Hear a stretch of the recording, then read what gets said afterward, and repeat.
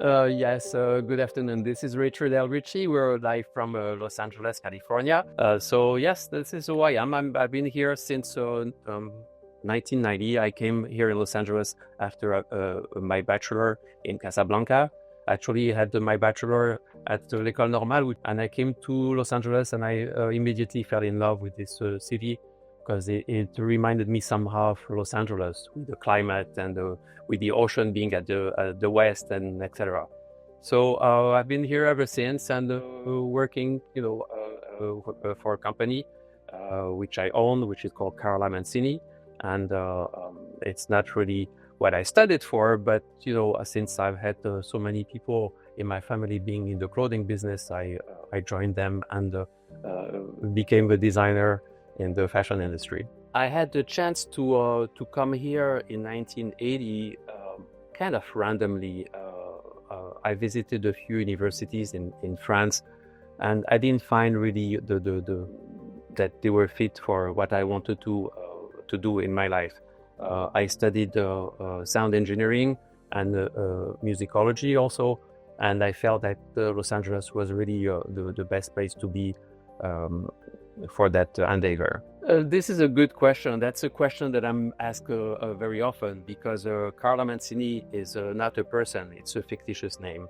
So originally I started this company with my friend Armand Perez in 1994, just after I got married. And the name of the company was Caprice Design. And we were looking for something that is a little bit more Italian sounding.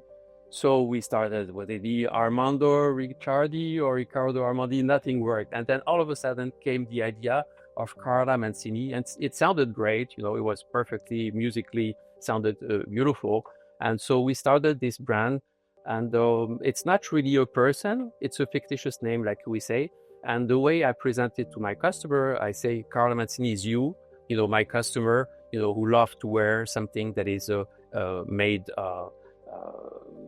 kind of especially for you, not a big brand that you have to wear and advertise and cost a fortune. So it's really, Carla Mancini is more my customer than anything. Well, I didn't come to this country to be in the fashion business. I came to be in the music or in the entertainment business. So I had very few contacts, unfortunately. And then with my very strong French accent, it was hard to make it in the entertainment business. So I was contacted by my cousin that still lives in Casablanca to start importing handbags from Morocco, which I did for a few years. And then I started importing from Italy, and then ended up by manufacturing right here in Los Angeles. But everything started in Morocco, actually. Well, Morocco is always at the base of my collection. You have to know that my family in Casablanca were very deeply invested in the fashion. My father owned a company called Claire Maille in the Marif.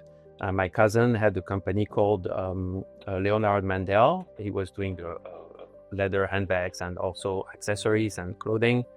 And we also started the name Kato in Casablanca, which I think is still active in several cities in Casablanca. So Morocco is always at in my mind as far as mixing the colors and doing some special shapes. And I've always, I traveled a lot in Morocco, to get inspiration from the souk and for whatever could Morocco bring. And Morocco is full of amazing type of inspiration because it's so artistic and so beautiful. I joined the Jewish Moroccan community in 1984, which I didn't know existed until my wife came after we got married and introduced me to her cousin, Dr. Gabriel Derry, who was a member of a synagogue called Emma Banim. So interestingly enough, Emma Banim was composed of original members. The founders of the Emma Banim were people who immigrated after the Second World War. So most of them were working at American bases in Kenitra and Wasser and came to this country, to continue their mission here. So it was not necessarily a young community, but it was a very active, very interesting people very intelligent and very active in the community.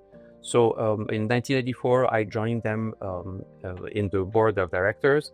I think I did a couple of years in the board of directors. And then recently I was elected as a member of the board of trustees, which is amazing because it's really very proud of it. There are only 7 members of the board of trustees, and I'm one of them. And I think it's a great honor that they gave me.